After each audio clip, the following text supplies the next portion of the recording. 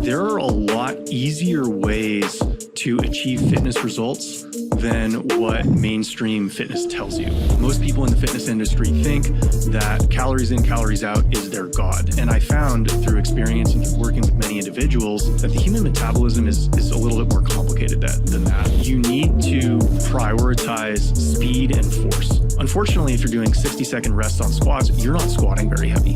You're not giving your body the message to say, hey, I need to build muscle. Most people will ascertain the efficacy of a workout by how hard it felt, how sore they got, and how much they sweat. And guess what? Those three metrics are not the metrics that are highly correlated with fat loss and muscle gain.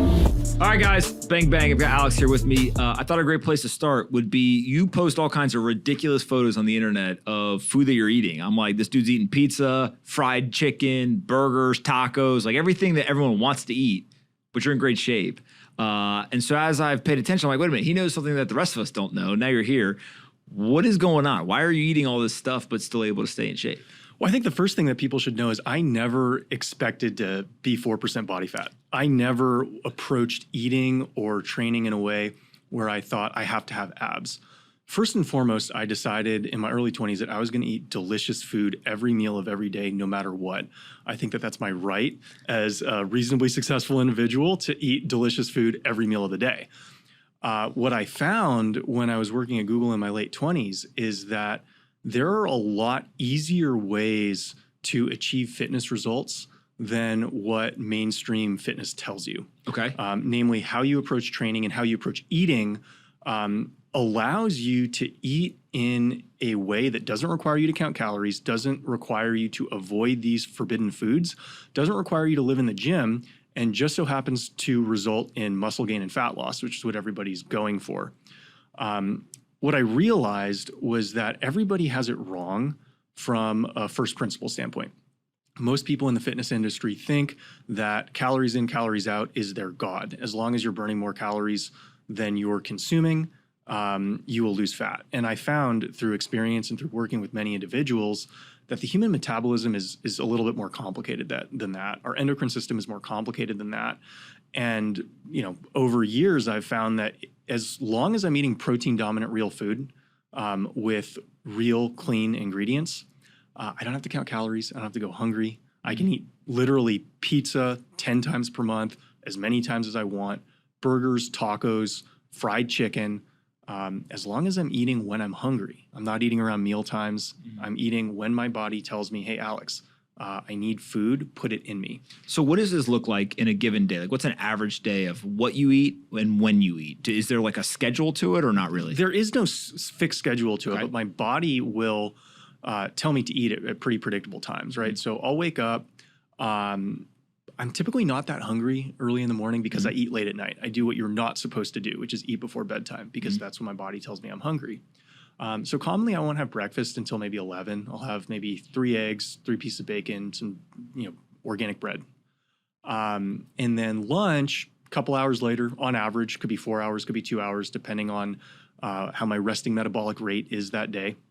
I'll probably eat tacos, 10-ounce ribeye from Trader Joe's, steak tacos. That's going to have another 60, 70 grams of protein in it. And then very commonly for dinner, I'll eat another pizza. And the difference between my pizza and the pizzas that you get from like a Domino's or a Pizza Hut is my pizzas have about as much protein as they have carbs. Whereas if you get your pizzas or you get this, quote unquote junk food from traditional fast food restaurants, the margins are in the carbs, right? The margins are not in the meat. And so if you just rely on third parties to create your menu for you, you're going to end up having a carb-dominant diet. You're going to end up overeating because carbs tend to make you hungrier. And your natural appetite is going to become dysregulated to where you think you need to count calories in order to eat the right amount. I discovered how to do that. I actually leaned on the intuition skills that I built as a professional baseball player to say, I need to trust my body, right? I'm sure you went through this too, playing sports. You have to trust yourself. If you can't trust yourself, you can't succeed. And so I approach fitness and dieting and training in a way where I prioritize listening to the signals that my body tells me, because I started out with the hypothesis that they're right. When you think of pizza, let's start and go backwards. The pizza has just as much protein as it does carbs. What does that look like? Like, do you make the pizza? Do you buy it from somewhere? And how do you think about making sure it has enough protein? Yeah, I make it. A lot of times I'll use other people's frozen bases just because you can get those very easily. There's a brand I really like named after me, but not after me. Alex's Awesome Sourdough. Trader Joe's has good pizza bases too. Main thing that I try to do is I try to put as much meat on as possible. So you're never going to be able to buy a pizza that's already constructed with 80 to 100 grams of protein. But you can buy chicken breast, you can buy sausage, you can buy pepperoni. And, you know, if you put 8 to 16 ounces on there, it's going to taste good and it's going to have a lot of protein. So you're probably going to end up eating less of it than if you just got, you know, delivery from Papa John's and we're just watching football. So the pizza dough that you're buying, is there anything special about it, or does it not have things or have certain things that you're looking for? Like, why that specific brand? I like organic pizza. You know, a lot of American carbs are made with glyphosate. And we know glyphosate, produced by our friends at Monsanto, is a carcinogen. And so a lot of people, when they come to the U.S., they end up having gut issues. And I think a lot of it has to do with the pesticides that we spray on our crops. And so I try very hard to avoid carbs with glyphosate, or really any food with glyphosate. So I get organic bread as much as I can. What does that mean, organic bread? Like, I think people know organic, but they don't think of bread being organic or not organic. So like, it just means that it doesn't have this glyphosate in it? Of among other things, yeah. So, you know, if you're producing bread, you got to grow wheat. And, you know, if you're producing, you can grow Roundup ready wheat, which means you can grow the wheat and spray Roundup on it. And Roundup has, as one of Monsanto's leading products, it has glyphosate. They recently had a lawsuit about the actual effects of glyphosate, but let's just say we don't want to expose our bodies to excessive glyphosate. And this is why when people go to Europe, one of the most fascinating things to me in all of the world at the moment is how many people over the summer that I know went to Europe, they ate like shit, they ate pizza and breads and croissants and all kinds of craziness. They didn't really walk more than normal or anything like that. And they came back and like, I lost weight. Like, I ate all these carbs and I lost weight. What's going on? And it goes back to, it's not the same type of carbs that maybe we're consuming here in America. Yeah, a lot of the pesticides that we use in the United States are illegal to use in other countries. And not just the pesticides, you know, some of the products that we feed our pigs are, you know, legal in the United States, and they help the pigs grow to a marketable weight. They're not legal in like 150 other countries. And so if you understand some of the economics around both food production and also fitness, you start to understand why so many people have had kind of miraculous success doing things that aren't supposed to work and have had no success doing things that are supposed to work. As you go to the grocery store, so you buy the pizza, you get a bunch of just regular meat, and you're basically putting it on there. The meat is balancing out the carbs, but also it's cleaner carbs, and you're going to eat less because of the density of the meat that you're putting on the protein. When you think of tacos, the same principle, just like loaded up with as much protein as possible, and the carbs, while minimal, are just outweighed by the protein that you're eating? Yeah, so if I'm going to make 3 tacos, you know, that's going to have about 50 grams of carbs. I'm going to use seed oil-free tortillas that I get from H-E-B in Texas. And I'm going to put about 10 ounces of Trader Joe's organic ribeye on there, which is going to have another 60 or so grams of protein. And so, you know, I'm not a big macro tracker guy, but I'm aware of what I'm eating. And so I put a little cheese on there. There's a little bit of protein in the tortillas. So we're talking maybe 70, 75 grams of protein balanced out with 60 or so grams of carbs. A lot of times people will try to eat this way and they think they're eating more, but they're actually eating less, because protein tends to be one of the most satiating macronutrients that you can eat. So you don't feel like, oh, I can only eat 2 tacos. It's like, I just eat as many as I want. And if I want to eat 2, I eat 2. If I want to eat 3, I eat 3. If I want to make it 4th, I make 4. But I just listen to what my body's telling me. I don't eat at 1 o'clock because it's lunchtime. I eat lunch when I'm hungry for lunch. And so when you end up aligning your food consumption with when your body tells you to eat, you know, if you don't have underlying metabolic issues that are really distorting your hunger signals, and you're living life in accordance with a way that will help you produce viable hunger signals, most people tend to consume less food when they do that. Well, I read somewhere that I think you only want to eat maybe 1,200 calories if you're optimizing for longevity. Like the amount of calories that you should consume is so much less than the average American diet. And now that's a longevity specific type of eating. If you just want to be healthy, it's maybe not 1,200, but it's also not, 3,000 calories, whatever people are eating on the average American diet. Not necessarily. So the average American is eating probably, I don't even know how they know this because they're not, what are they asking people? How many calories you eat a day? How many burgers are you eating a day? But the data that I've read suggests that the average American eats like 3,500 calories a day, which is insane. But like if you're just drinking a bunch of soda and eating chips all the time, I guess you could get up to 3,500. I've actually had success with having people eat more. I think a lot of times what happens in the diet and fitness industry is people kind of neglect their health. They neglect what they look like. They sort of kind of lie to themselves that everything's okay until one day they look in the mirror and they say, oh, shit, I got to change something and I got to change something fast. And because they've been neglecting it for the last 2 or 3 years, they don't know where to start. So they go Google something or they go on YouTube. Maybe they try a fad diet. Typically, a lot of these fad diets or fad programs say they do like a Whole30 or a 75 hard program or something where they're just training their body to not eat food, right? Is that what they do? Well, they're not eating enough, right? Like what's a Whole30 diet? You're not eating sugar. I don't believe you're eating carbs. You're just not eating things or not eating a lot of carbs. You're not eating things that your body craves, right? So you're starting in a deprived state of deprivation. You end up, massively under consuming food and possibly over exercising. Your body doesn't like that. And if you do it for long enough, your resting metabolic rate will lower to acclimate to a lower food consuming environment. And so what ends up happening if you underconsume food too much for too long is your metabolism slows down, right?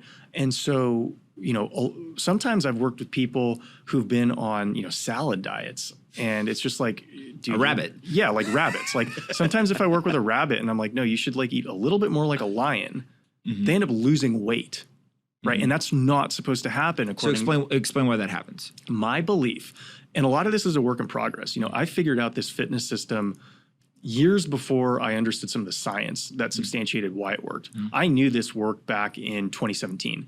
I didn't start to know why this was working until 2018, 2019, 2020, 2021. But what I think is going on is the endocrine system is massively underrated as far as a driver for fat loss and for muscle gain. And so what I think is happening is if you approach life in a way that teaches your endocrine system that we're in a very fixed environment, there's not that much food out here, your resting metabolic rate slows down. And what a lot of people don't realize when they're trying to lose fat is even if you're working out intensely, 80% of the calories that you're burning are going to be burned outside of the gym, right? And so a lot of times people will say, well, I got to go do all this cardio. I got to, go lift all this and that. Well, they're not thinking about how is this affecting the 80% of the calories that I'm burning outside of the gym. And the same thing is true with how they eat. You can actively withdraw calories from your diet, but that doesn't mean that there's going to be no impact on the amount of calories that you burn at rest.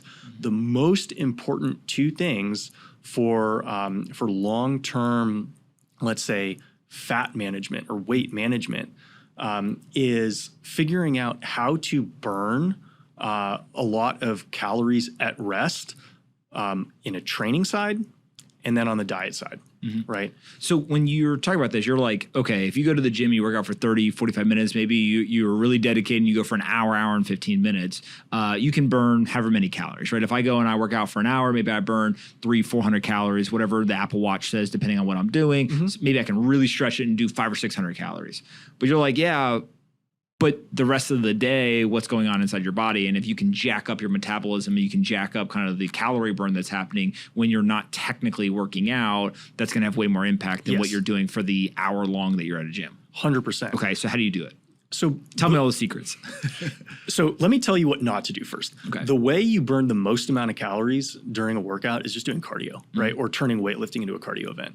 If you're always moving, you're always going to be burning calories. So if I just went on the treadmill and ran, say I ran 8 miles in an hour, right, which would be a 7:30 pace, I'm probably going to end up burning like 1,200 calories, 1,100 calories doing that 60-minute run.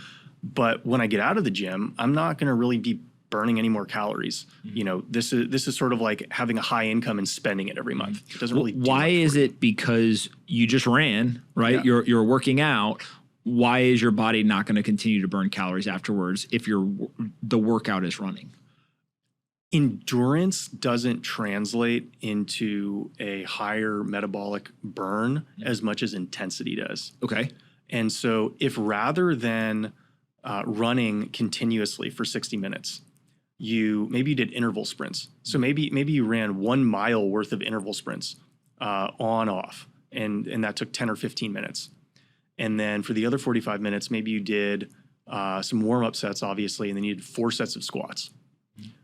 Literally, if that's all you did, you'd have better results than if you just ran 60 minutes in a row for most trained men at the very least. Why is it better? Is it literally just the intensity? Do you have to squat heavy weight, lightweight? Like how does that work? So you need to prioritize speed and force in your workouts.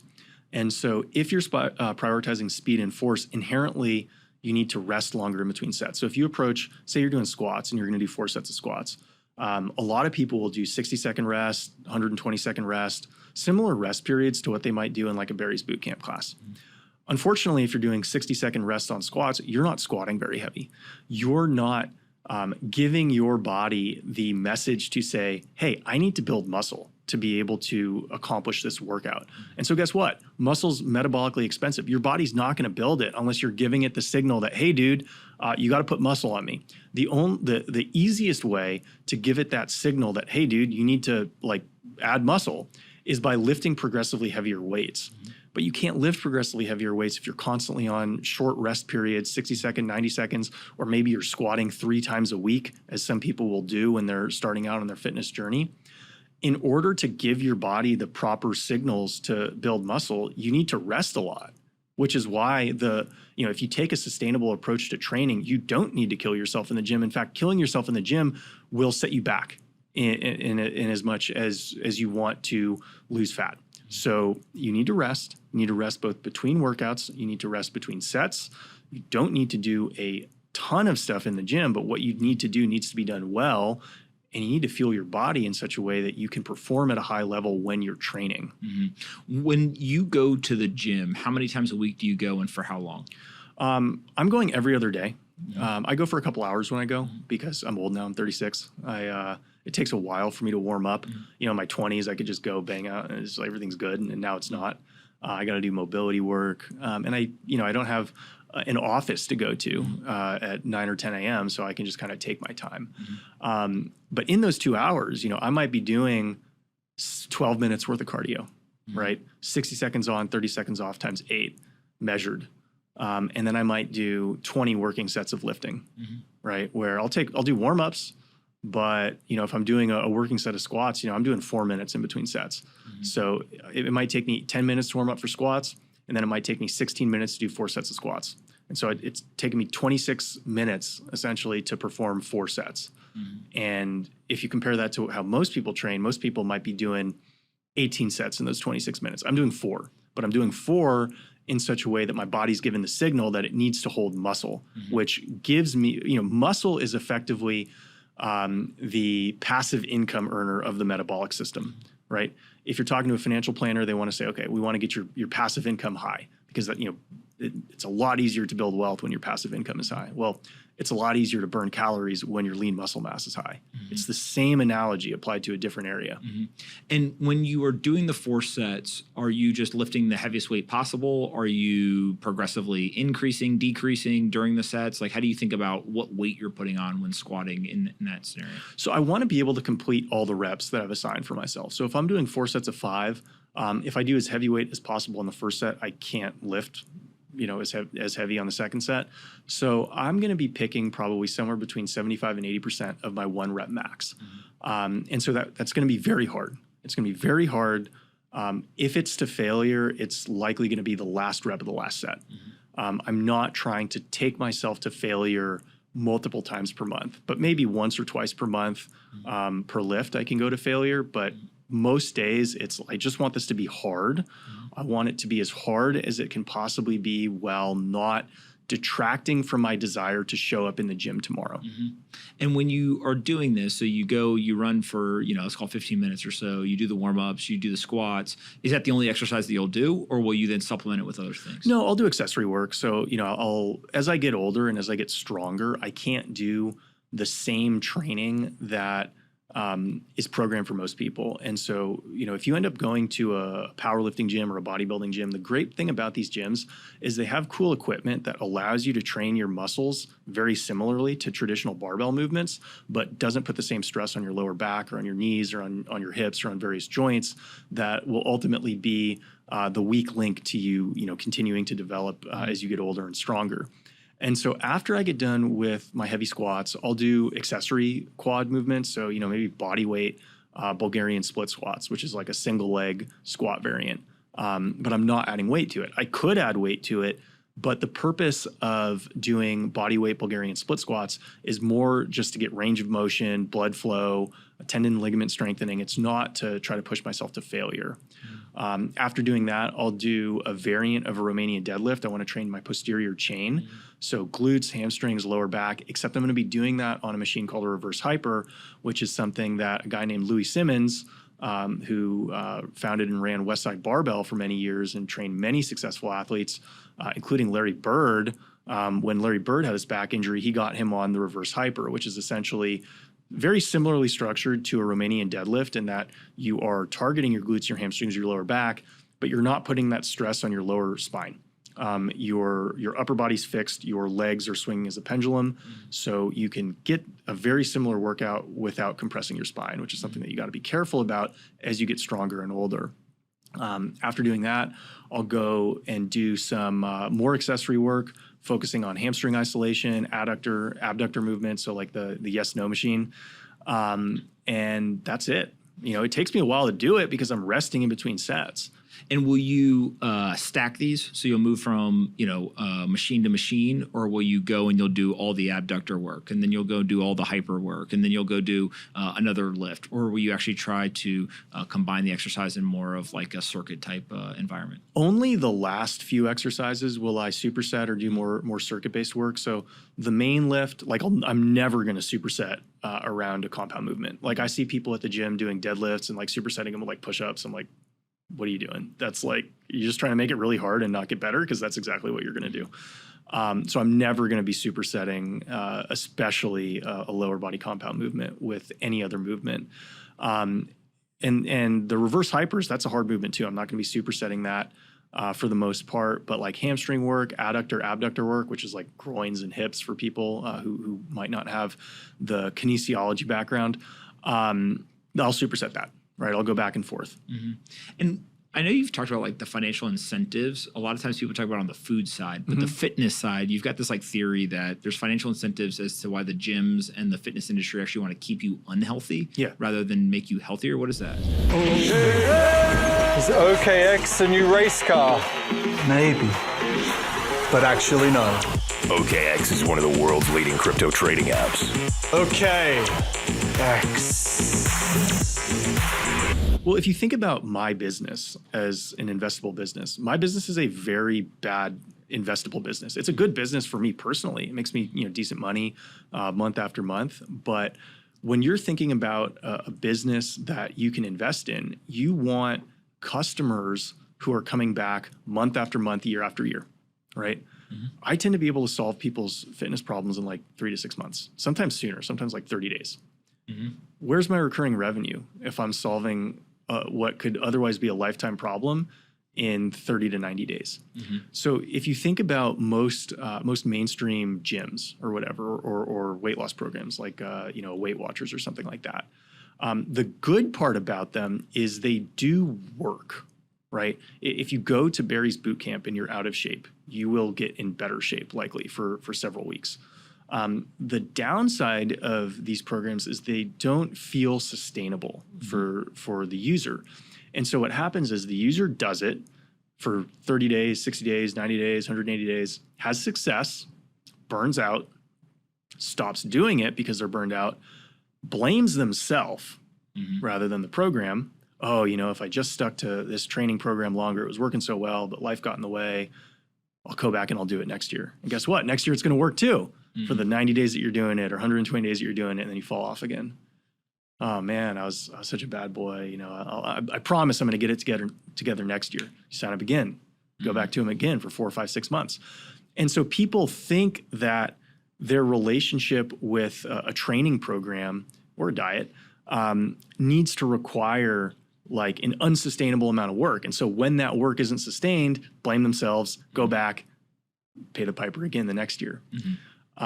With my system, if you learn how to train and you learn how to eat, you don't really need any close coaching, or you don't need to pay continual subscription fees month after month, year after year.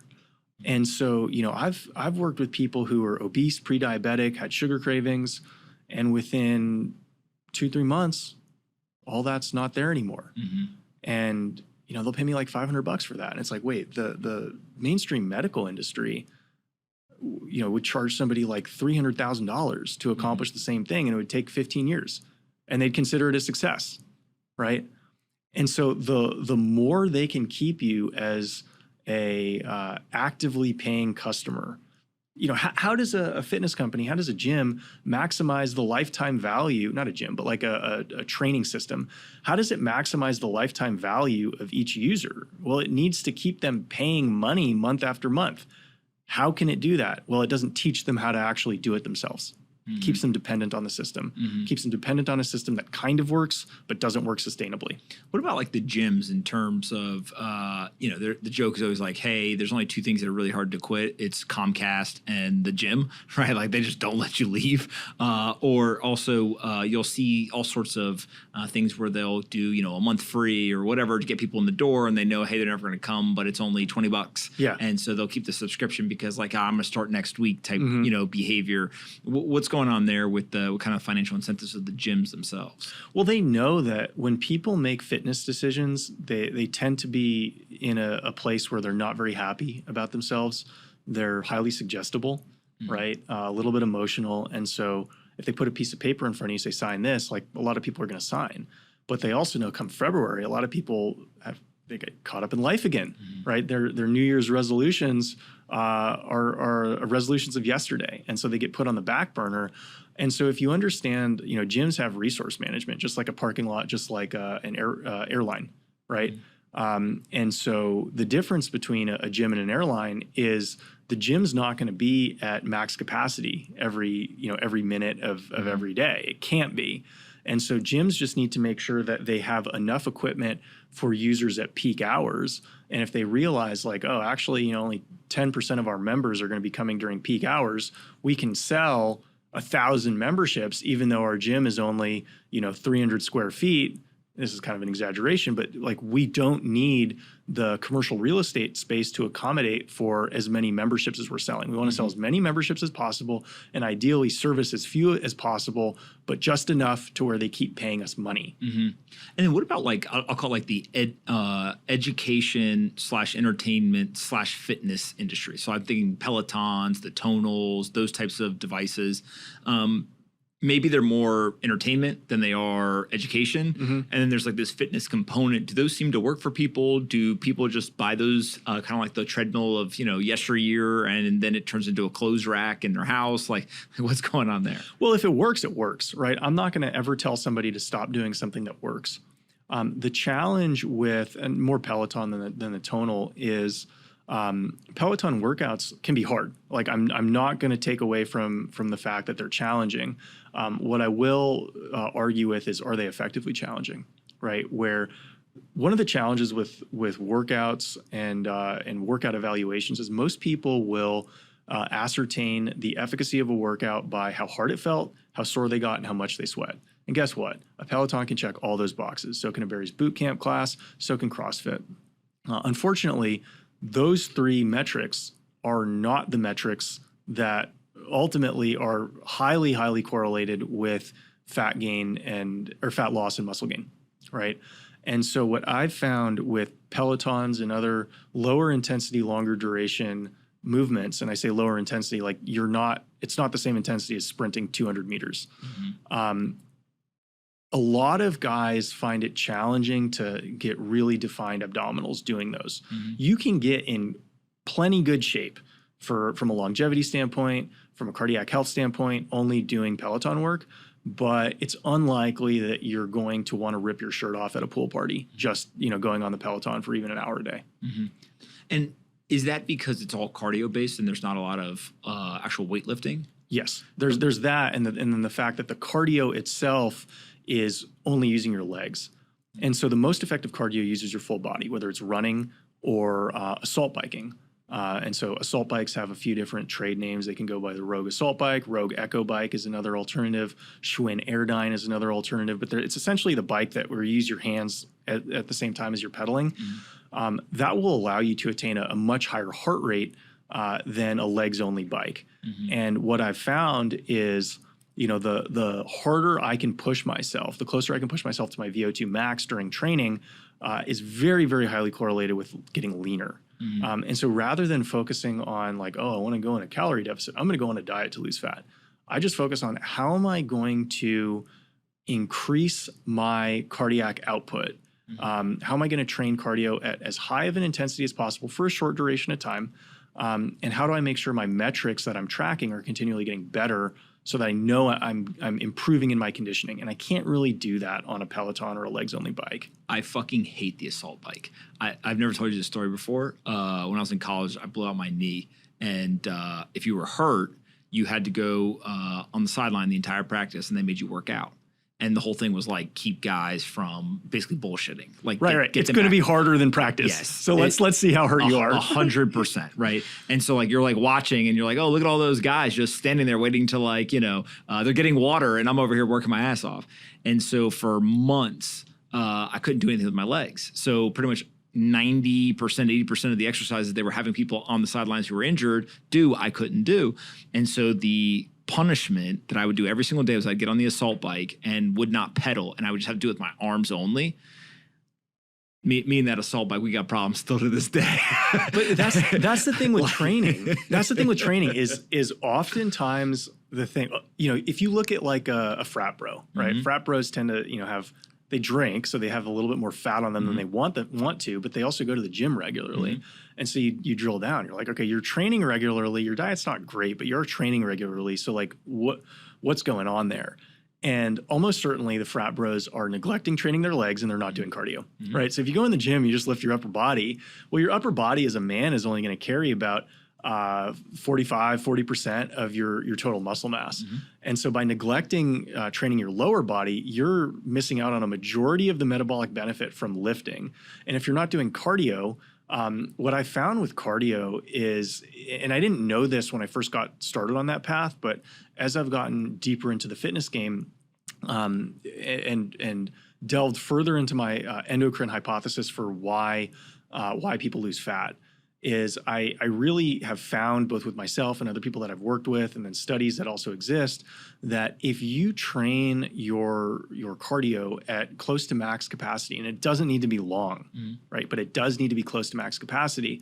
What ends up happening for a lot of people is their hunger gets regulated better. So it's a lot easier to eat the right amount. People think that they get way hungrier from doing cardio.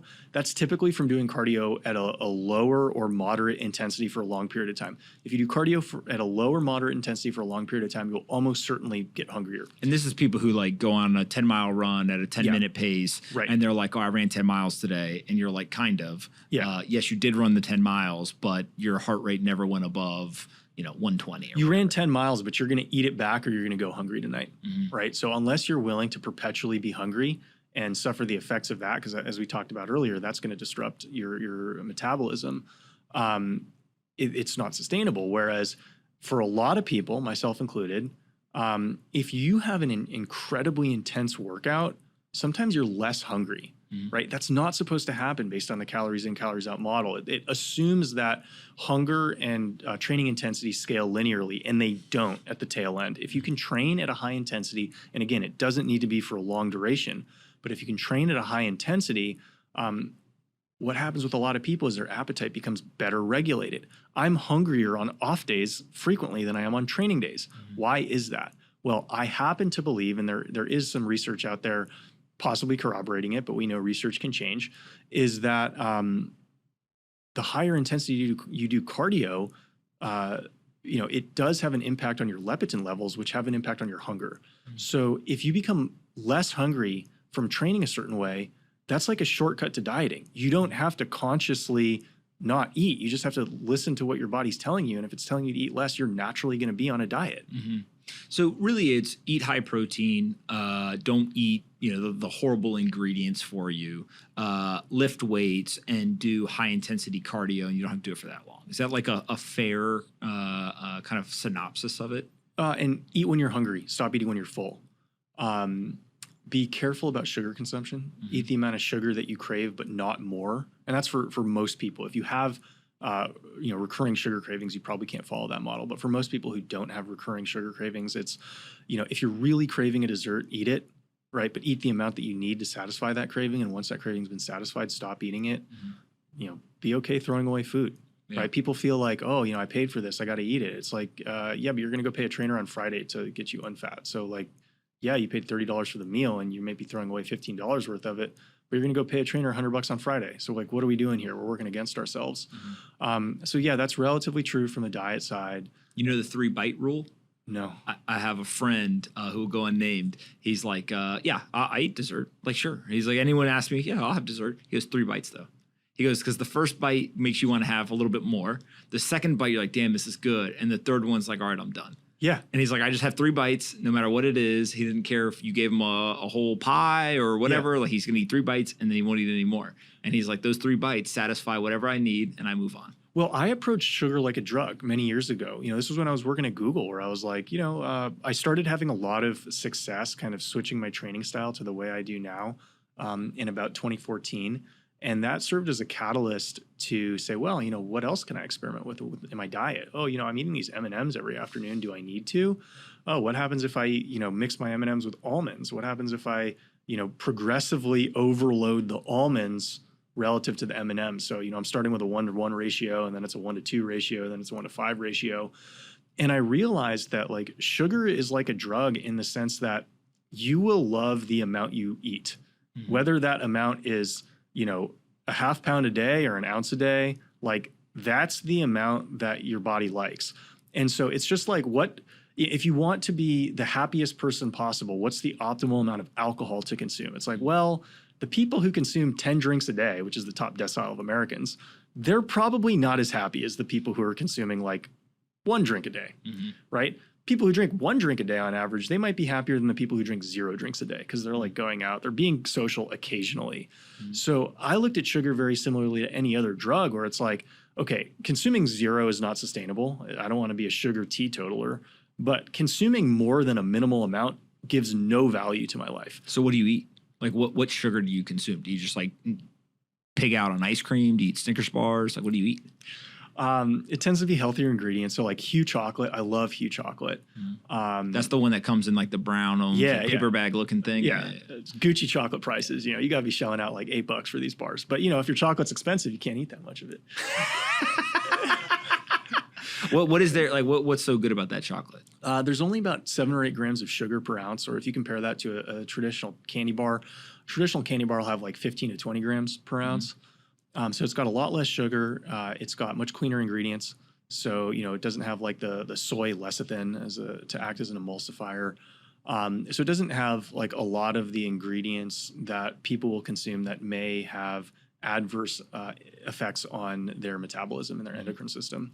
And but primarily it's the lower sugar. And then what about a lot of the brands that make protein shakes or C4 or NO Explode or like all those different brands? They now have come out with peanut butter cups and like all these types of what appear to be desserts or candies, but they're, less than 1 gram of sugar they claim and 15 grams of protein or whatever their like, pitch is. Sure. Is that all bullshit or are these companies actually figuring this out? I haven't looked at the ingredient list because I don't eat that many supplements, but I'll give you the pros and cons of the best case scenario. The best case scenarios are using clean ingredients. So they're using very similar ingredients to a huge chocolate and they're just mixing in a protein powder with it.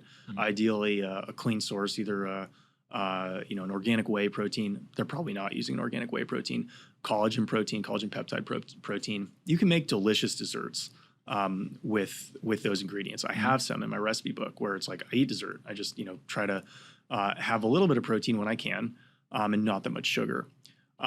The challenge that they have, as well as the challenge with every artificial sweetener, is I have found, for me personally, that artificial sweeteners actually make me crave sugar. And so you might not be eating sugar when you eat that artificially sweetened peanut butter cup, but if you're eating something that makes you crave sugar later, the impacts of that meal cannot be confined to that meal because it's going to dictate what you're going to be eating later that day. Most people don't report having their cravings substantially altered by consuming a stevia or a sweetener alternative, but I think they're wrong. I think they just don't understand the signals that their body's giving them, and I actually think that a much larger percentage of the population has their sugar cravings changed with the addition of artificial sweeteners. So I would not advocate eating those ad nauseum. What about fruit? They say fruit got a lot of sugar. You're not supposed to eat too much fruit. Yeah. Well, I think. Is that true? If you're eating like whole fruit, it's probably okay. Like right? If you go to the grocery store, I do this, right? I don't know, maybe tell me I'm an idiot. I go to the grocery store and, they got like the little plastic, I touch the plastic. But in it, they got all the fruits cut up and it's like a fruit bowl. Yeah. And I grab it and I eat like a whole one every day. Yeah. Is that good? I think that's fine. I mean, the challenge... It tastes good as shit. Yeah, it's one thing if you're putting it into a blender and you're blending out like 64 ounces of fruit smoothies in a day. I don't think you're doing that. No. If we're talking about like real food, unless your consumption is just at the extreme tail end, which I don't think it is based on what you're saying, it's probably going to be okay. Yeah. Well, I think of it as there's probably is some sugar, whatever. Like there's something in it that definitely, I'm like, man, I could eat a chocolate bar or I could eat this. It feels like this is healthier than the chocolate bar. And then also a lot of times that's a snack, right? So it's like I feel like I am hungry, but I'm not hungry enough to eat an entire meal. And so this is something that like kind of holds me over almost to some degree. And I usually eat it in the kind of middle afternoon also because I don't want to drink coffee at like 3:30, 4 o'clock, but I'm like, I could use like a little bit more energy. Right. And so I tend to eat, like fruit or something like that, which I guess it just works for me. Well, if it works for you, it works for you. And I think that's a great point that you brought up, comparing it to a chocolate bar. It's like, this is healthier than a chocolate bar. A lot of the framework of my intuitive diet was actually influenced by, my background in investing, being an economics major at Vanderbilt, and really approaching it like, okay, what additional value is this food choice giving me relative to the alternative and at what cost? And is it worth it? If this fruit tastes 95% as good as the Snickers bar, but only impacts my body. Let's say it does impact your body negatively, for example's sake, but the negative impact to my body is only 10% of what the Snickers bar is. It's worth it. I should choose that fruit all the time. Yeah. What about coffee? I love coffee. Yeah. How much coffee you drink a day? Well, today I've only had one, but like in an average day. Probably 2 or 3. 2 or 3 cups of coffee. Yeah. So that's like maybe 350 milligrams of caffeine, something like that. Yeah. Yeah. I've been trying to think of what the optimal amount of caffeine is. It's a very long story, but I'll make it quick. I think a large at Starbucks, I know it's not called large, but whatever, the large thing, has like 400 milligrams of caffeine, supposedly, if you Google it. But I'm like, there's no way this actually has 400 milligrams of caffeine. But if you Google, that's what it says. Yeah. Right. And so if you drink that in the morning, like you pretty much are tapped out for the day. Like you probably shouldn't drink more caffeine later. Right. But what I usually do is if I drink that, then I'll have like a shot of espresso or something later around like 1 o'clock or so. Right. So then you start playing and you're like, well, actually, maybe you shouldn't drink the large coffee if it does actually have the 400 milligrams, which is questionable. Maybe you should just drink like 2 or 3 shots of espresso, which, 90 milligrams or so of caffeine per shot. Like, okay, now you're still in that 350, 400 range, but you're actually like spreading it out through the day, but you're not pushing too far into the late afternoon where then it affects your sleep. Right. So I tell people that the optimal amount of coffee or caffeine to consume is the amount right up until it starts affecting your hydration or sleep. And that's going to be different person to person. Some people might consume 150 milligrams of caffeine, which is like a cup and a half of coffee at noon, and they might not be able to go to sleep that night. It's like, okay, well, you can't do that. That's too much for you. Other people can drink coffee and like go to bed right after. Now, I doubt their sleep is as deep when they do that, but fine. If they don't know, if there's not an obvious adverse impact to drinking coffee, then it's most likely okay. And if you look at a lot of the studies, like the studies that told people to not drink coffee, they didn't isolate for alcohol consumption. So what they found was that, if you drink a lot of coffee, you die sooner. It's like, yeah, because like the people who were drinking a lot of coffee were hungover every morning. Yeah, but I also just saw a study that says the exact opposite. It says like basically if you drink caffeine, it could extend your life. Right. It's like I kind of feel like the scientists are full of shit because they do these different studies and they come to same study, different conclusions. Like what's going on here? Well, they're improperly isolating for variables. So if you look at caffeine consumption relative to longevity, it's possible that it's negatively correlated. In fact, it's probably negatively correlated to longevity. You think so?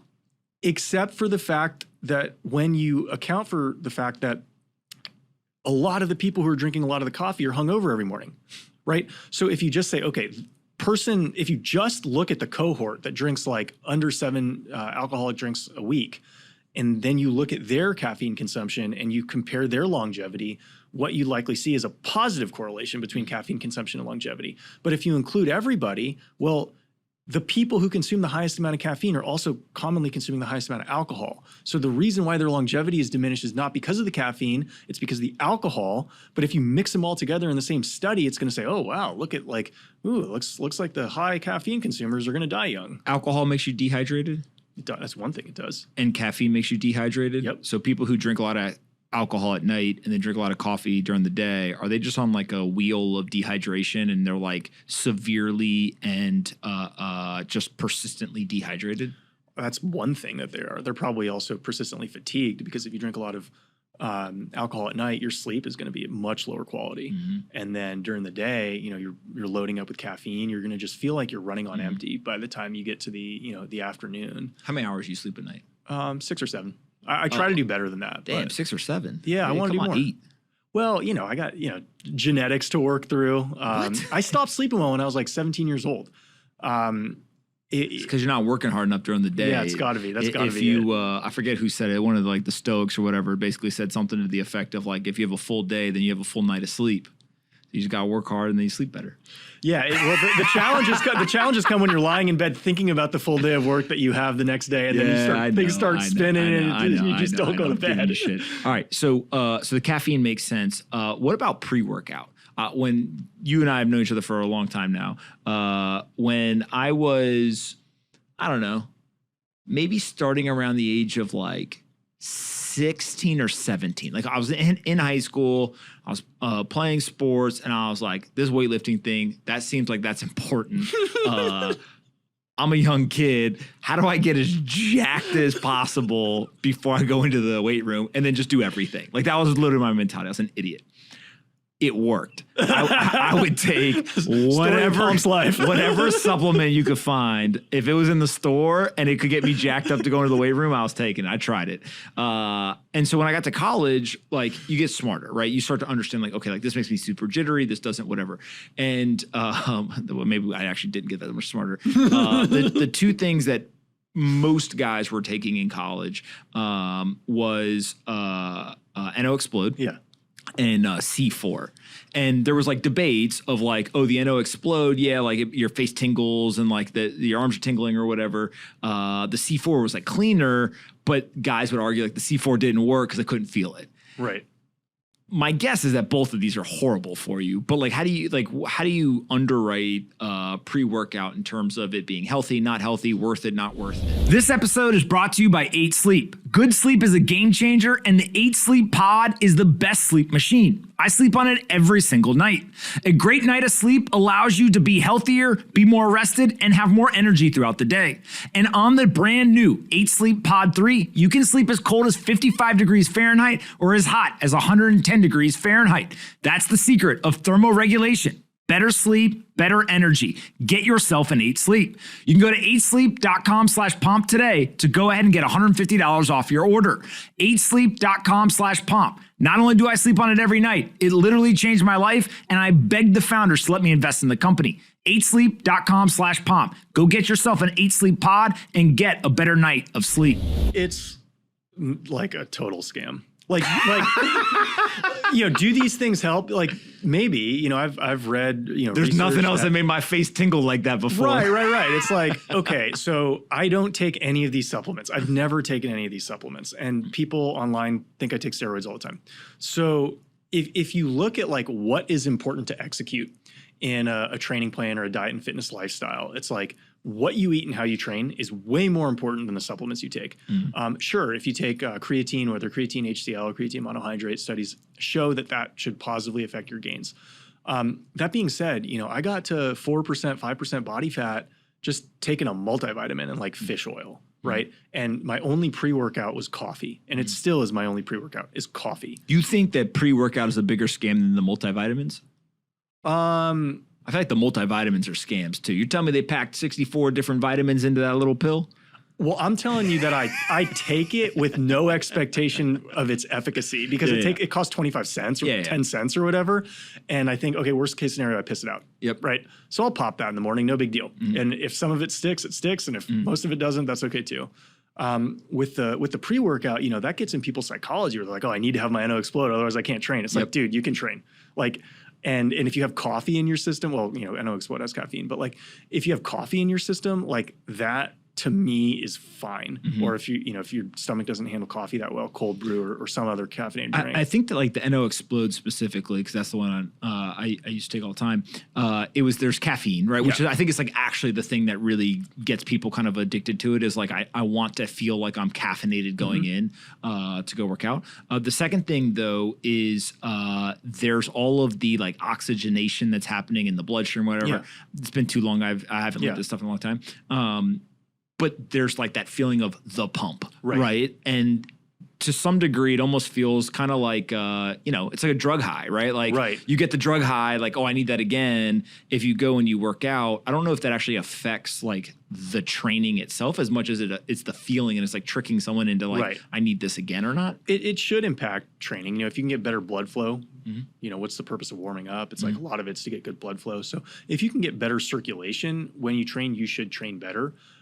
That being said, I think you're right in that it does lead to a better pump. And that's what people, to my earlier point for, people misjudging the efficacy of workouts, the pump that people get from a workout is not that well correlated with the efficacy of a workout, but it's what the most proximal symptom is when you're done training. Feels good. You look in the mirror, you got veins coming out of your arms, and you're like, oh, okay. Yeah, I got a great workout in. It's like, you don't know that. You're not going to know that for like several days, whether you had a good workout in. Is there like high sugar in that stuff or anything that people should be worried about as well? Like in a lot of the pre-workouts, like obviously there's the caffeine, there's all the NO, whatever, stuff. But is there also like the detrimental from like a diet standpoint where they should be worried?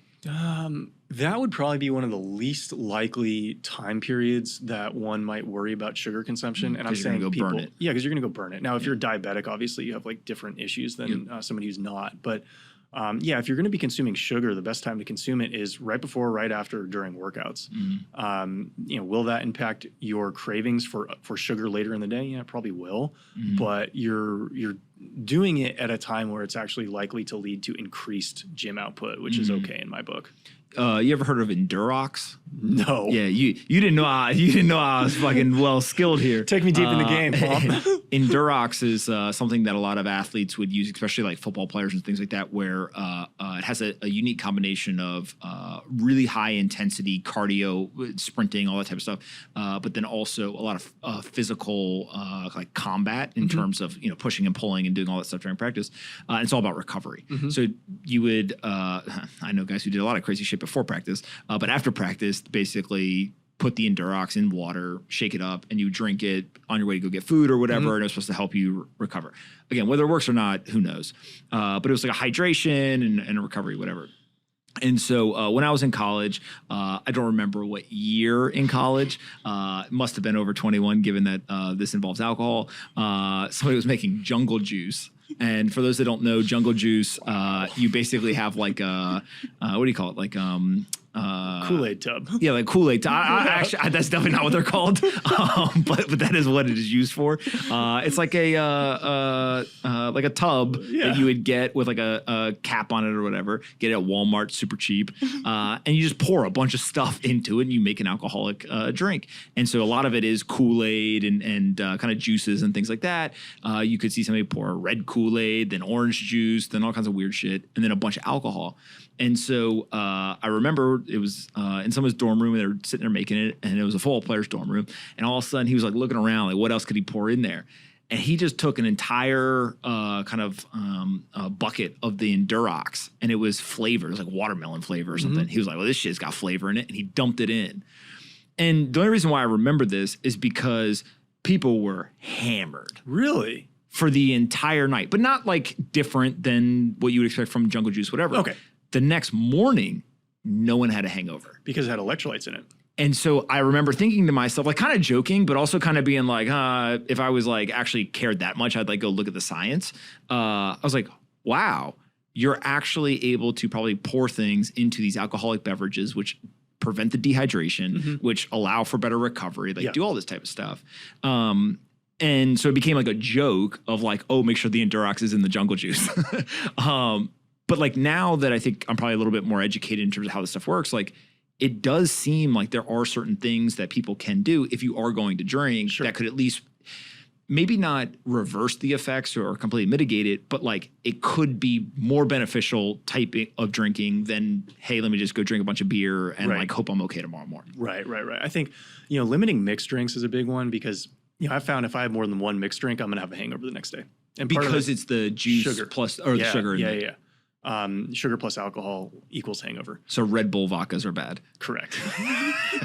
Don't know about the sugar-free Red Bull vodkas. Not prepared to comment on those.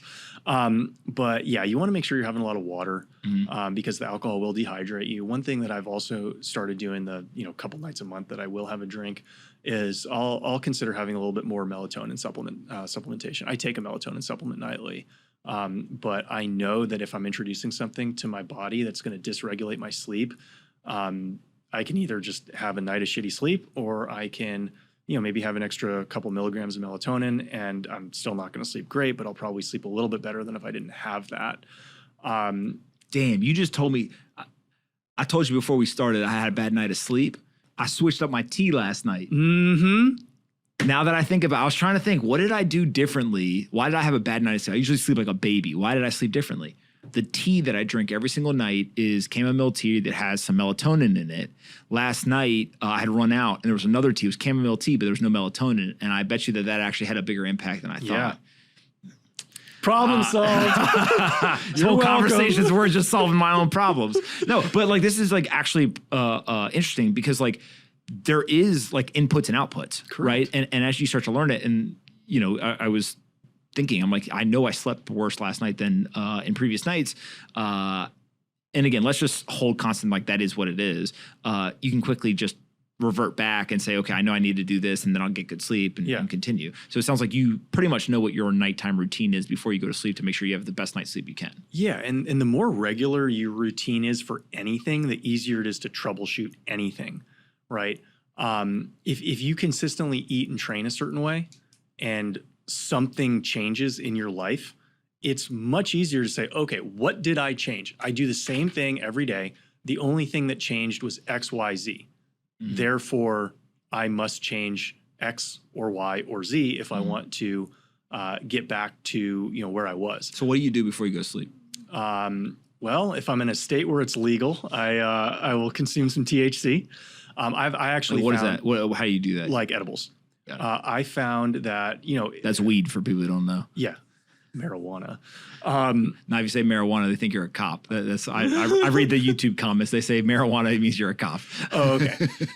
Yeah. So if it's legal, nothing affects my quality of sleep better than that. And does it just act like a melatonin type? Like it's like almost putting you to sleep? A little bit. It just shuts my brain down. Or sometimes it speeds it up to the point where it shuts it down. And I don't know if that's like mild ADHD or whatever, but from the time I was a Division I baseball player to when I got drafted by the Rockies, played a couple years in their system, my sleep quality just went like this. And I was talking to some of the guys about this before we started, about how like playing professional baseball, every day can be your last day. It's like, can you imagine coming to work where literally any day you can be fired, like all the time, constantly? You're always on the hot seat. And, obviously it became challenging for me to sleep under those conditions. And so, early 20s, you're like, I'll self-medicate, go have a couple drinks or something like that. And then which just makes your sleep worse. Well, yeah, it's a temporary solution that ends up with long-term problems.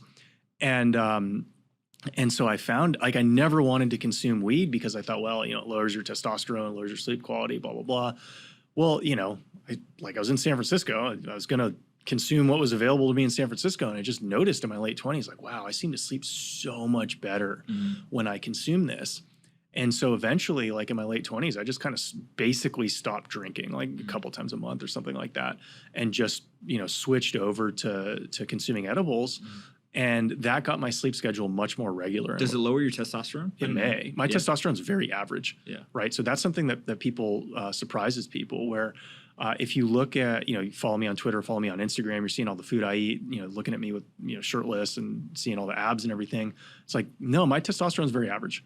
And I think that, it could be, I don't know if it's genetic. I never tested it when I was younger. But it is possible that, introducing THC into my routine has lowered it. At the same time, it's like, well, do I have any of the symptoms of low testosterone? Like, no, not really. So it's like, all right, well, I think it's probably okay. Or mid-range testosterone. Yeah. And when you think about testosterone, like, are there things you do to try to increase the testosterone, or not really? Just lifting heavy and kind of high intensity cardio pretty much takes care of it. Yeah, and sleeping enough and not overdoing it. So I'll tell you an example of a guy named Mason who joined the group training that I run. I started running it about a year and a half ago, and an online group. And he joined. He saw the program, and he'd been following me on Twitter for over a year prior to then, seeing all the food, seeing all the training, and he liked me. And so he wanted to take the next step. He bought my masterclass. He wanted to take the next step and actually have me be his hands-on coach. And so he looks at all the training materials. His first response is, there's no fucking way it can be this easy. He just thinks, oh, this is like an online scam. This guy's like, I don't know if he's taking steroids, whatever, but there's no way that you can train this way and eat this way and get those results. But he trusted me, fortunately. He trusted me. He did the program for 8 weeks. And after 8 weeks, he tested his testosterone level before starting, and he tested it after. His testosterone at 47 years old went from 550 to 880. Right, What's that mean? Which is about the same as taking a small dose of steroids. And so basically it's the equivalent of getting like 40 years younger, right? The average person who's 60 goes back to being 20 years old in their testosterone level. And, thinking about what he was doing before, he was training too much, right? He thought he had to be in there all the time, can't miss a workout. A small percentage of the population's like this. They're hyper disciplined. They think if they stop training for a day or a week, they're going to like regress to their fat self that they were 35 years ago. It's like, dude, it's not going to happen. And when they start resting more and doing less, they realize that they can train at a higher intensity, and their metabolism and endocrine system re-regulates to where it naturally should be or could be. They just never realized that their entire lives. Is it worse to overtrain or to not train? Ooh. Wow, polar extremes. It's probably worse to not train. Now, well, how extreme are we overtraining is the better question. Ronnie Coleman overtrained, right? Ronnie Coleman's got 16 screws in his back. Is he less healthy than somebody who never trained and is the same age? He probably is. So if we're gonna go extreme, then it could be overtraining could be worse. But overtraining in the more traditional sense, it's actually really dangerous. I got my best friend growing up. His dad used to run 10, 15, 20 miles like every day. He's addicted to running. And this is true with a lot of people who are addicted to running. You start looking at them when they're 60, 65, their joints start breaking down because they run on pavement because it felt fine in their 30s. And all of a sudden it really hits them hard when they hit 60, 65. Well, this guy used to be killer. Like he'd be running like 100 miles a week in his 40s. And then by the time he hit 65, he ran a marathon when he was like 60, 65. And then like 2 years later, his back gives out because it's like his back just couldn't handle the repetitive stress of essentially overtraining for so many years. So is he less healthy than somebody who is basically sedentary his entire life? Possibly, uncertain. They're Depends both on how you measure bad. it. They're both bad. Yeah. When you think of a lot of the food stuff as well, men and women, any differences, or older people and younger people, or do you think that the diet and training maybe kind of the same thing works across genders and also age? My specific system works better for men and athletic women. Reason being, the more muscle mass you have, the easier it is to diet intuitively. The less muscle mass you have, you kind of either need to eat at a caloric deficit, which I know I hate, like basically go hungry if you want to lose fat, and it's only temporary. Like you don't really have the muscle mass to sustain a powerful metabolism. So you first, in my view, most likely need to focus on building muscle first. What also happens, like a lot of times women around their monthly cycle, they'll get cravings for sugar. And it's like, okay, if I'm telling people, listen to your cravings and be responsible about them, but like give into them slightly, you can't tell somebody who has massive sugar cravings to give into their sugar cravings because that's just going to be the first step to getting them down a path of eating bad stuff. So does my system work for women? Yes, it works for some women, but it doesn't work for as many women as it works for men. It's much more common for men, particularly men who played like a varsity sport in high school. The closer you are to that, the more likely it is that your results will align with all the other people who've had tremendous success with my system. What about stress? Like I feel like there's times where people are super stressed out and their whole diet, training, everything falls apart. Yeah. Then I know other people who are like, yo, I'm super stressed out. I'm gonna go to the gym, come back like a new person. Right? The stress relief. And so how do you think about stress? Kind of Stress is really interesting. And I actually have a hypothesis for why people are fat. Like another hypothesis for why people are fat. And it is, what does stress do to your hunger levels? And my hypothesis is skinny people become less hungry when they're stressed out and fat people become more hungry when they're stressed out. Why? Well, if you just ask people, because part of me working with people and training intuitively is like, do you eat more or do you eat less when you're stressed?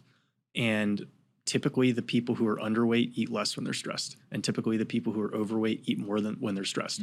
And so I think your stress hormones will scramble up your hunger signals. For me personally, they make me less hungry. So I have to overeat when I'm stressed if I don't want to lose muscle mass. Probably more people have to be more careful about the types of food they eat when they're stressed. But the gym is the best antidepressant that you can find. Right. I got off of the plane. I didn't sleep that well on Saturday night because I had to get up early to fly on Sunday. So I probably slept like 5 hours or something like that on Saturday night. First thing I did when I got off the plane in Miami is I went straight to the gym. Actually, I went straight to Dunkin' Donuts to get coffee, but then I went straight to the gym after I got coffee. And I worked out for a couple hours and I felt great. They say that actually, especially like red eyes or time zone changes or whatever, as soon as you land, you go and you work out, whether it's at the hotel, body weight, whatever, it's supposed to like basically make the jet lag much less. Yes. And I found that like, especially, when I was working in crypto, going to Asia, I found that my jet lag routine is like pretty good as far as, it would probably take me about 36 hours from flying from San Francisco to Hong Kong or Beijing to get acclimated to the time zone there, 80, 90%, where, a lot of my colleagues my age, it would take 3, 4, 5 days for them to get back on that schedule. And you think, especially if you're a traveling executive where you're taking a lot of, cross time zone flights, like you need to get your body back on schedule as soon as possible. Like that's crucial. And figuring out how to fly and how to train very much help that. Yeah. So when you think about stress, it feels like a lower stress life is better in general, both for longevity, for regulating what you eat, for being able to train with a routine? Or do you think some degree of stress is actually healthy and good and has some benefit? Well, it's a balance, right? So if you look at like no stress, a good example could either be people who know they're going to inherit billions of dollars when they grow up. Though their lives typically don't go as well as one might think. Or you could look at the rat studies where they're like, oh, what happens if we give rats like everything that they want and they just don't have to worry about food, they don't have to worry about anything. It's like, oh, they started cannibalizing themselves and they stopped learning how to like take care of their kids. So the human body and the human mind cannot actually exist in a stressless state permanently. What you want to avoid is chronic stress. You know, every day I wake up and I'm worried about paying my bills. Every day I wake up and I'm worried about what my boss is going to tell me. The right amount of stress is acute, measured stress. So you go to the gym, that's stress. You're putting your body through a stressful routine, but it's acute. You're not training 16 hours a day, right? If you're in mergers and acquisitions and you're working 80-hour weeks, like that's not the type of stress that's healthy. If you're going through an intense 30, 60 minutes every day where you can build up to that stressful event and then come down from it, finger to the wind, that's probably the right amount of stress. So you can't have too much, you can't have too little. Goldilocks, you got to have the right amount. Yeah. And then how do you think about stress in your life? Like it seems like you lead a pretty low stress life. Yeah. And I know you've talked a lot about like monetizing your life. Talk about that. Yeah. So, you know, the people tell me that I'm really efficient at figuring out what is the quickest path between 2 points. And, you know, if I want to live a lifestyle, you know, when I'm younger, I wanted to be very rich, right? Because everyone who's young wants to be really rich. And, you know, as I got older, I found that it was a lot easier to build like modest wealth than extreme wealth. And so if I'm 36 years old and I have modest but not extreme wealth, well, what would I do if I were extremely wealthy? I would work out all the time. I would eat delicious food. And I would kind of like go and not answer to a boss. Those are kind of the three things that would change compared to my corporate life if I were really wealthy. And it's like, okay, well, if I don't have $100 million, but I make enough money getting paid to do the things that I would do anyway. What's really that different, right? Like I wake up. Yeah, it's like I didn't have to actually take the steps to build that massive wealth empire. I do what I want to do with my day and I get on with it. And so the more you can figure out how to get paid for doing the things that you already do, that you're already interested in, the easier it is to make money and the easier it is to enjoy your life while you're making money. Will you become a billionaire that way? Probably not, but you may, because if you're really interested in something, you're probably going to end up hyper fixated on it and learning more about it than the next guy. And so one thing that I tell people, because I also do, you know, life coaching, business coaching, career coaching, because so much of fitness overlaps with mindset, and I did work in tech for 10 years, is figure out how to get paid for the thing that makes you weird. Because everybody's trying to find a unique selling point. Everybody's trying to figure out what their point of differentiation is. And it's like, okay, rather than try to be somebody you're not to separate yourself from the pack, look yourself in the mirror and figure out, why do all my friends think I'm a total fucking weirdo? And figure out how to get paid on that, because nobody's going to be able to replicate your weirdness. That's innate to you. Like, what are some examples of people, like, what are they weird about that they end up monetizing? Let's look at Mark Zuckerberg. Right, Mark Zuckerberg at 21, 22 years old turned down the opportunity to have Facebook acquired for like a $200 million payout or something like that. How many 21, 22-year-olds would say, yeah, you know, I'm just going to sleep with some bros, sleep on a mattress or whatever. I'm kind of building this thing. I'm really interested in building this social network. Like very few. Probably 99.99% of people, if given an offer to sell their startup at 21 years old for like $1 billion or whatever the offer was, would take it, right? So he's weird because, and you worked with him, but he's weird because like how many other people could turn down that much money to build a project that they're that passionate about? Not that many. Yeah. So he's getting paid to do the thing that makes him weird. Yeah. Right. Or in my situation, like not that many people not that many people actually want to have abs, because it's a lot easier to kind of just not be fat. It's very easy to not be fat. It's a little bit harder to have abs. So most people will be like, oh, like I'm in good shape. Like, why don't I just go eat these donuts? It's like, well, that's actually not the approach that got me here. What's easier is to apply a sustainable approach day after day and let the results take care of themselves. And so because I was able to do that, I was able to attain the fitness results that I've attained. And all of a sudden I know about this system that I can teach to other people. And it didn't require me to go to school. It didn't require me to study for a test, get stressed out worrying about a grade. It just required me to learn about the things I was interested in. Which then ends up, if you can monetize it, build a business around it, then it feels like a lot of people are doing this now. Yeah. And starting to understand like the internet's pretty damn powerful. Yeah. Right. And if you are successful in doing it, you're happier as well. Right. I mean, I felt like this when I was working in corporate America. Like my last few years, I was making a good salary. Like I couldn't tell a random person on the internet, hey, I'm making X. And they'd be like, damn, that's a lot. I never felt like I was my own person until I started working for myself. Right. Because especially when you get into like higher income earning brackets, you're always around people who are more successful than you. And as a competitive person, you're always going to kind of do some comparisons and be like, man, like I wish I was doing that. I wish I was doing that. And so, I always felt like when I was an employee, if I have to do a performance report or a performance review for somebody on a quarterly or annual basis, I always felt like that was degrading. I always felt like, dude, you guys are paying me. If you don't want to pay me, you don't have to. But like, I don't want to continue to show you why you're paying me the money you're paying me. If you want to stop. If you want to keep doing it, do it. But don't make me go through this, what I consider to be like a little bit like demeaning process. And I understand why employers do it. I just felt like as an employee, it was a little bit demeaning to me. See, I don't think I felt that way. Like, I did the quarterly reviews and stuff, right? Like, I always felt like it was like a feedback session.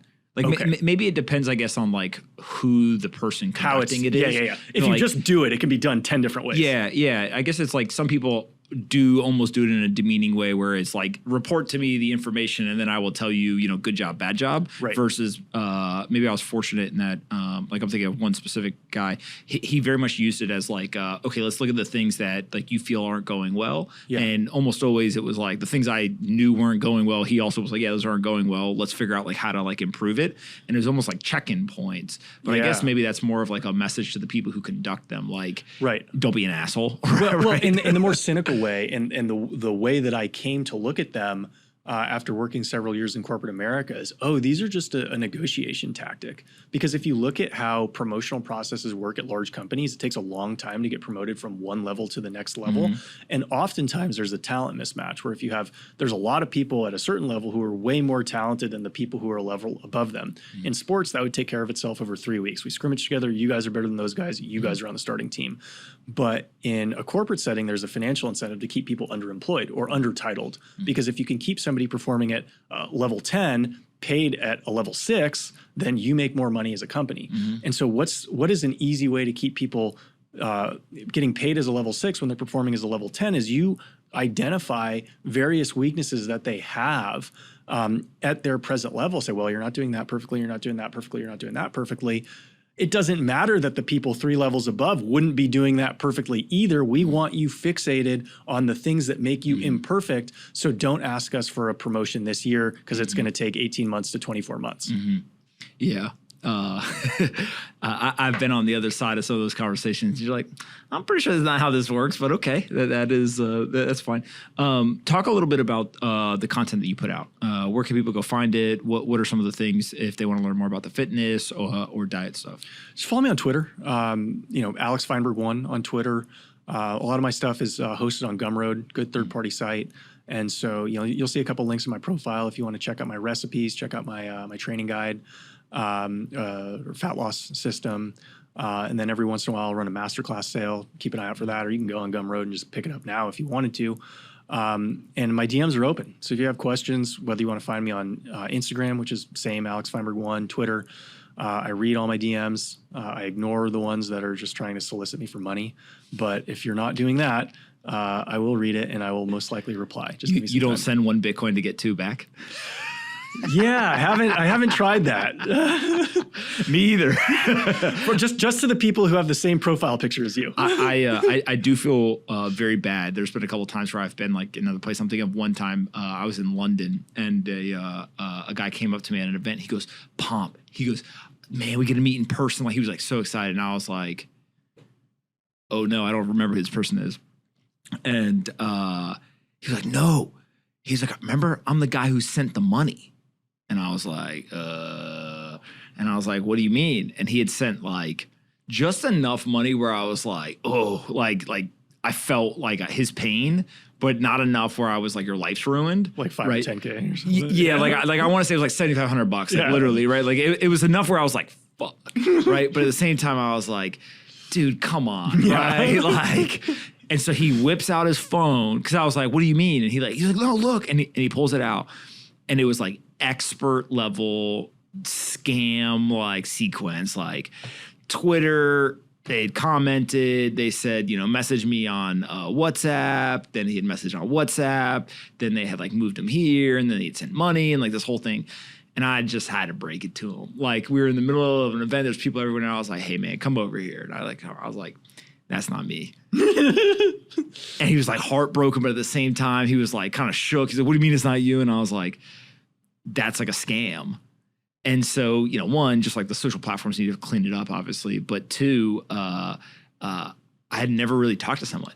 And like what I realized was like they like socially engineered it. Yeah. They were able to, there was nothing that they were doing that like would have made it obvious outside of the fact that if you knew my life and me and like all this stuff, like it's very obvious, like they had no clue what they were talking about.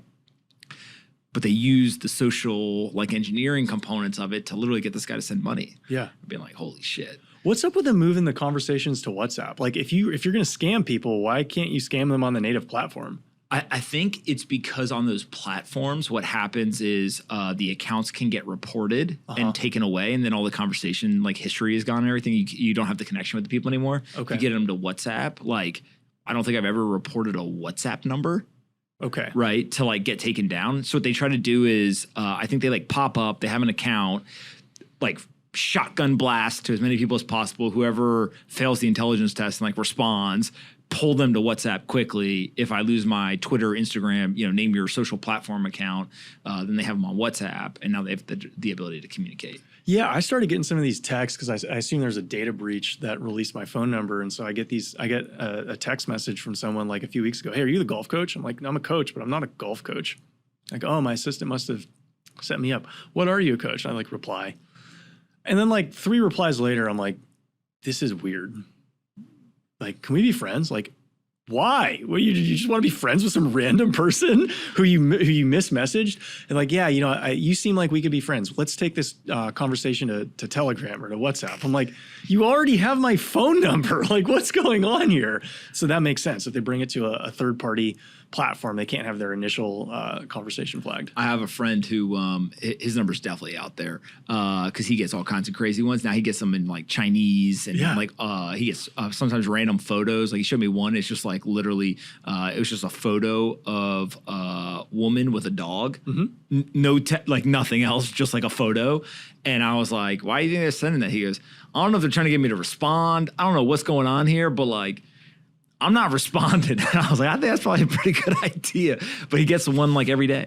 Yeah. And I was just like, I guess that's like some new scam. But I don't understand because there's no links. There's no like request to do anything. I guess it's just like a social engineering. Like, can you just enter into a conversation? Well, I mean, one of the things that we haven't even talked through as a society is you're going to have a lot of old people who are scammed out of a lot of money, right? If we think it's bad now, like I look at some of these schemes, I'm like, ooh, that almost got me. I almost clicked on that link. Because it's always, it gets you in a fearful state. It's never you're like calm, like, okay, that's a scam. It's more like fraud alert, click that. And you're like, no, don't do that. They're just trying to pull my trigger, pull my buttons or push my buttons. But I think like, man, if my mom, every time I see something like that, I send it to my parents because I'm like, watch out for this. Because if I were like 20 years older, I probably would have clicked on that link. You ever got the physical mail spam? There's mail that's come to the office, and it's like, they've got a name of a business, they got the address, like all the stuff, and it's basically like, some crazy claim, whether it's fraud alert or whatever, but it's physical mail. It's like, call this number. And so like before I call the number, I always go and I'll like Google the number, and it'll just be like, this number is associated with scams, phishing attempts, like what, and you're like, all right, fuck you guys. But like, yeah, 100% people are calling that number. Well, a lot of times it's like, guess what happens when you register a business? When you register a business, that number is found somewhere in some database. And so all these companies are like, oh, if we can send physical mail that mimics the look of government mail, people think they need to pay us money. And we don't need to get that many of them to pay us money. So if we just say, oh, you make it seem really official, and then, maybe one person out of 30 sends a $50, $75 check, it's like, that's actually a pretty effective mail marketing campaign. That is exactly what happens. Yeah. Right. And whether it's fraud or it's just like, you owe us. Yeah. I don't know how that's legal, but they definitely send that mail. Right. And the more sophisticated ones, you're probably seeing these now. I just started getting them like a year ago, is people writing letters that look like handwritten letters, but they're not. Right. And they're like house offers or something like that. It's like, nope, that's a printer. It looks a lot like you hand wrote that, but it's not. But that's gonna increase your open rate. I understand exactly why you're doing that. And that's why everybody needs to learn marketing. Because if you learn how marketing works, you learn how like all of these scams not to get marketed to. You learn how politics works. You learn how like all these scams work. You learn how the education system works. It's just like learn marketing, and it tells you a lot of things. The last question that I have for you, future presidents of the United States, do you have any wild predictions as to who could become the president? I think I mentioned to you that I think that in probably 5, 10, 20 years, the best viable candidates are going to be comedians. And the reason being is, by 2030, anybody who has a public enough image to become elected president will have hundreds, thousands of hours of content out there on the internet, in which he or she almost certainly said 1, 2, 3, 4, 10 cancelable things, right? Well, how do you overcome being canceled? It's like, well, if you're funnier than the people trying to cancel you, they can't cancel you. Like, it's just not going to work. And so, did you see Matt Walsh? Yes. That video, I'm shocked that video didn't get more play on the internet. Probably got throttled. Huh? Probably got throttled. You said it, not me. But yeah, for those that don't know, he had a whole, he basically raised the issue around a bunch of the child gender stuff or whatever, put aside what the issue was, but the mob came for him. Yeah. And he made a video, and I remember I was scrolling, and when I saw a video, I was like, oh, they got him. Like, here comes the apology. And I saw a comment, and it was like, this is how it's done. And I was like, oh, God. And I click on it, and of course, he's just standing there. He's like, I will not apologize. Yeah. I will not. And I was like, oh, okay. This is not an apology video. This is like the middle finger to the online mob video. And I was like, wow. They just actually, in some weird way, he just became stronger on the internet by not bending the knee or kind of, falling to their calls. And I noticed this around the 2008 financial crisis, when a bunch of banking executives who clearly did stuff wrong, when they would go in and testify to Congress, it's like, oh, none of them are admitting any of the obvious things that they did wrong. I mean, maybe the most obvious, the like extremely, extremely obvious things they'll admit, but the simply very obvious things, they will never apologize. And I started paying attention to how like leaders function. I started realizing like, oh, I'm watching all these presidents, watching all these politicians, watching all these business executives, watching them make mistakes, and then also watching them never apologize for any of the mistakes that they make. And these are all very competitive industries. So if apologizing were effective, you would think that some of the leaders would do it, but none of them do. Oh, that's probably because apologizing puts you in a worse position. And it's probably just more profitable, or you can be more successful if you just never apologize for something, even if you're wrong, except in extreme outlier events. And I think that's, I'm not saying Matt Walsh is wrong. I'm just saying the approach he would take would be probably the correct approach, whether you're right or you're wrong. Yeah, 100%. My two predictions for president, The Rock and Kim Kardashian. Both of them are going to be president. What about Portnoy? No. You don't think he's got it? No. It's not whether he has it or not. He wouldn't do it. He wouldn't do it? I think he likes his life too much. Okay. Right? Like, the problem is you have to take one of two approaches. You either have to really, really, really understand the Hollywood, like that whole game, which The Rock, there's nobody better in the world. He's the most recognizable person, globally, all this stuff.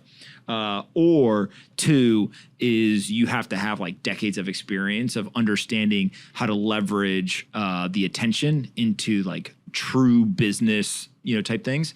I think Dave's probably, I don't know, top 5 on the internet. Like, I don't know if you saw it yesterday. He literally tweeted and he was like, "Yo, Elon, are you going to fix these fucking bots on your shitty platform?" Right. I was like, that's like a Hall of Fame internet move. Like you like only Hall of Famers know right time, right place, tag them, like, bam, we're off to the races. Right. So like, that's like the internet game. But I think we on the internet forget like The Rock he goes to other countries and is like mobbed. Right. Most people we know on the internet, if they go to, China, people are like, they don't even realize that's a person they should like care about, right? Well, if they're white, they'll mob them because they find white people to be interesting. but if you look at like a Kim Kardashian, the other thing with her, and people get all worked up about this, but sex tape, reality TV star, entrepreneur, criminal justice reform. The next jump here is like, you try to run for a Congress seat, a governorship, like there's something in the political realm, and you're a stone's throw.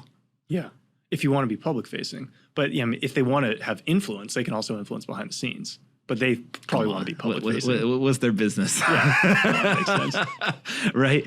And Kris Jenner is like, "Yo, if my daughter became president, you know what we could do?"